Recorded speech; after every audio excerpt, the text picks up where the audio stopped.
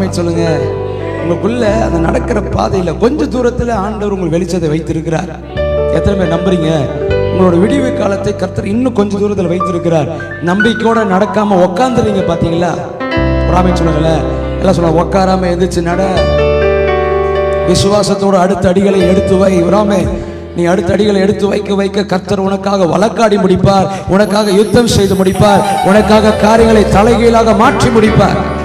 என்னைக்கு அந்த நம்பிக்கை கெட்டு போகுதோ, எல்லாம் சொல்ல, தன்னைத்தானே நிதானித்து அறியணும். உங்களை ஃபர்ஸ்ட் நீங்க தெரிஞ்சுக்கங்க. வராமே அப்புறமா ஆண்டவரை தெரிஞ்சுக்கலாம். வராமே சொல்லுங்க. அப்புறமா ஏன் ஆண்டவரை தெரிஞ்சுக்கலாம்? ஃபர்ஸ்ட் ஆண்டவர் மேலதான் நம்பிக்கையா இருக்கிறாரான்னு சொல்லி ஃபர்ஸ்ட் உங்களைத்தானே நிதானித்து அறிந்து கொள்ளுங்கள். வராமே உங்களை நிதானித்து அறிந்து கொள்ளும் பொழுது, ஓ ஒரு இடத்துல, ஓ இங்க நான் ஆண்டவர் மேல நம்பிக்கை இல்லை போல, அதனாலதான் எனக்கு இதெல்லாம் நடக்கலன்ற உணர்வு